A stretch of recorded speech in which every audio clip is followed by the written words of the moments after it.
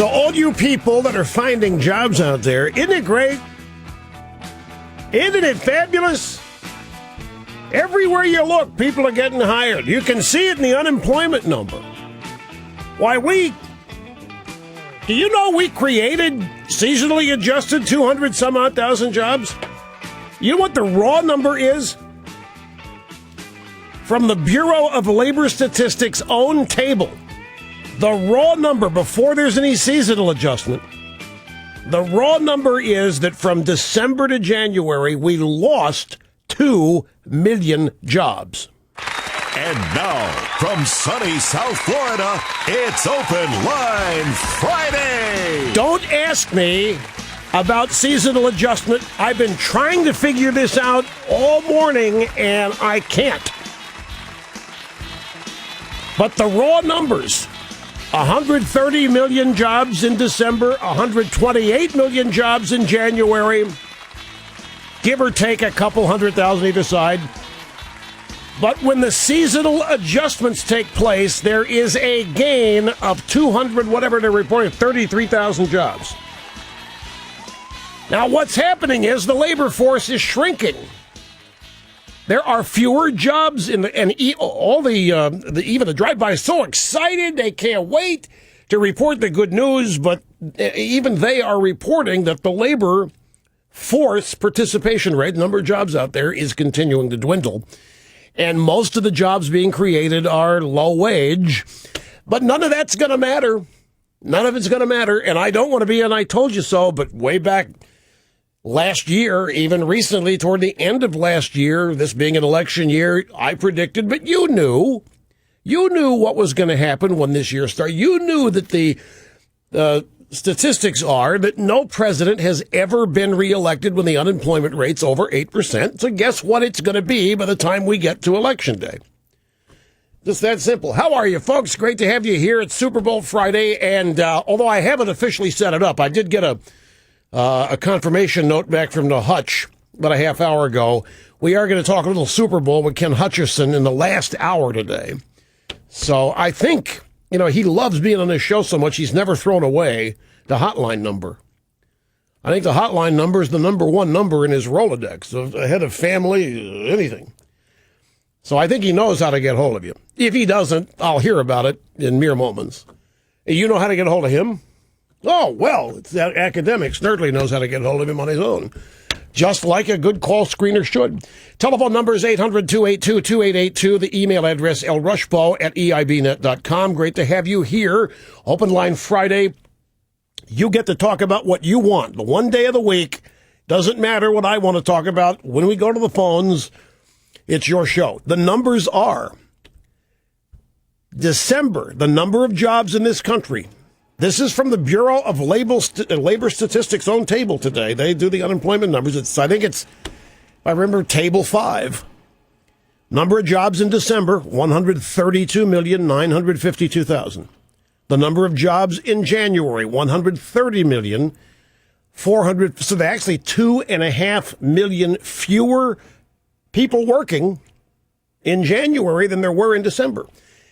But those are raw numbers. That's before the seasonal adjustment takes place. Table B1 is where this is from the BLS numbers.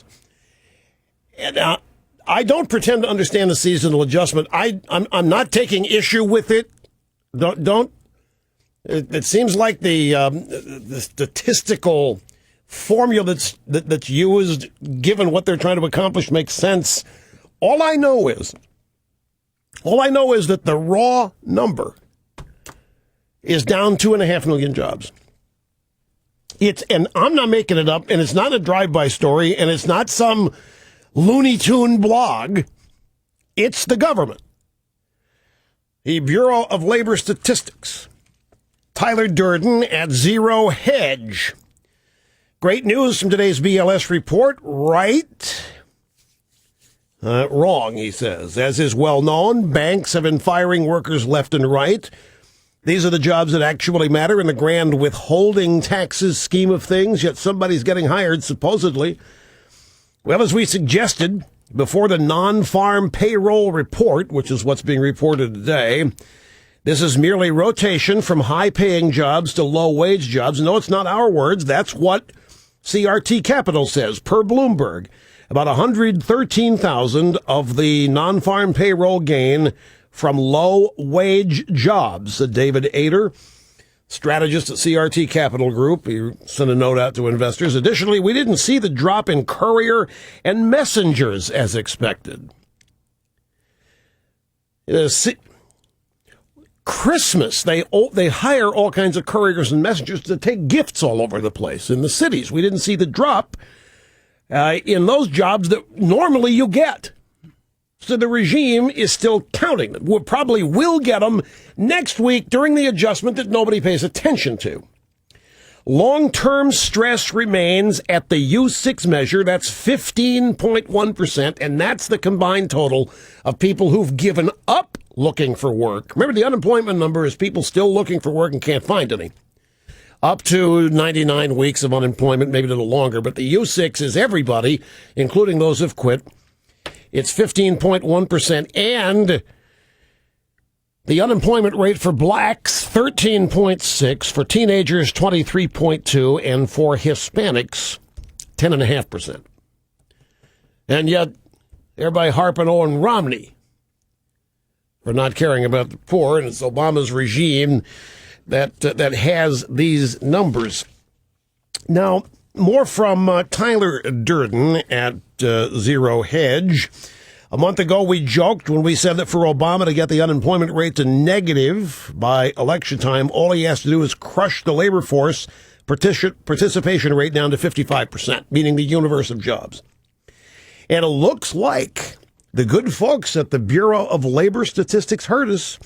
It appears that the people not in the labor force, the number not in the number of jobs not available to be filled, exploded by an unprecedented record number of 1.2 million. That's not a typo. 1.2 million people dropped out of the labor force in 1 month. That's part of this 2.5 million fewer jobs. Are you hearing me on this, folks? It is corrupt as it can be. But well, now, wait a minute, though. There's nothing new here in the seasonal adjustment. Normally we never talk raw numbers.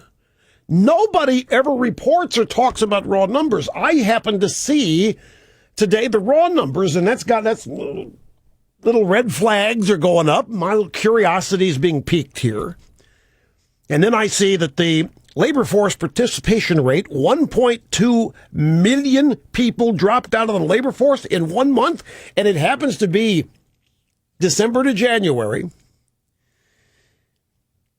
So as the labor force increased from 153.9 million to 154.4 million, the non-institutional population increased by 242.3 million, meaning those not in the labor force surged from 86.7 million to 87.9, which means the civilian labor force tumbled to a fresh 30-year low of 63.7. That means the number of people working and looking is just 63% of our population. And it's when you take those numbers, or when you shrink the labor force, you are reducing the overall universe of jobs, and therefore the unemployment rate can do nothing but come down. It can do nothing but fall when you reduce the universe number that employed and unemployed are being measured against. Now, we noted the other day, the Congressional Budget Office does not forget their report. We're looking at 1% economic growth in 2013, 2.2% economic growth this year. And the CBO report that we had admits that the labor force numbers are skewing the real unemployment number down. That was part of their report that we told you about, I think, on Wednesday. And if it were more accurate, the unemployment rate would be 1.25% higher than it currently figures to be. This is all in the story that we had on Wednesday. I ought to go back to the archives and get it. But the CBO explained all of this, and they said if the labor force participation rate doesn't decrease, if they don't reduce it, then add 1.25% to 8.3, and you have a 9.5% unemployment number today, and a 16% unemployment rate U6. Now that's not the only good news. That's not the only good. Look at this. This is from an outfit called a Partnership for Strong Communities. Report finds marginal declines in U.S. homelessness. Folks, this is a scoop. Since this miracle has not been reported anywhere else that I have seen, we are supposed to believe here that the number of homeless went down from 2009 to 2011, which just happens to coincide with the time Obama's been in the White House. A new report from the National Alliance to End Homelessness shows that a nationwide 1% decrease in homelessness. Although the National Alliance to End Homelessness notes this is not indicative of a permanent trend. Nope, we got a Republican back in the White House. Homelessness will shoot right back up. The State of Homelessness in America 2012 used data from the U.S. Department of Housing and Urban Development's collection of points-in-time homeless counts gathered from all the states from 2009 to 2011.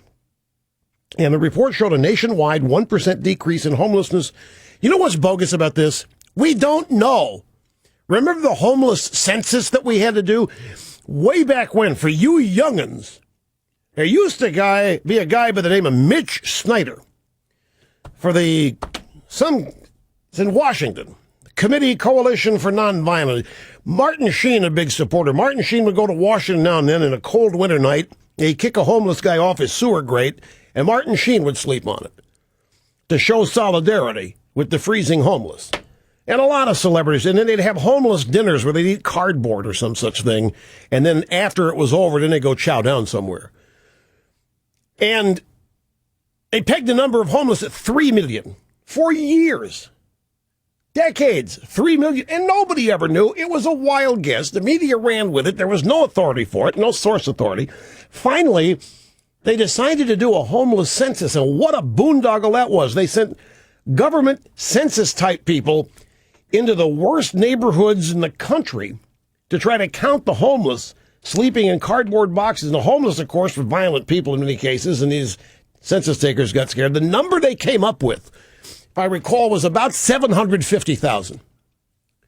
Now, this was in the late 80s, early 90s, was when this was hot and heavy.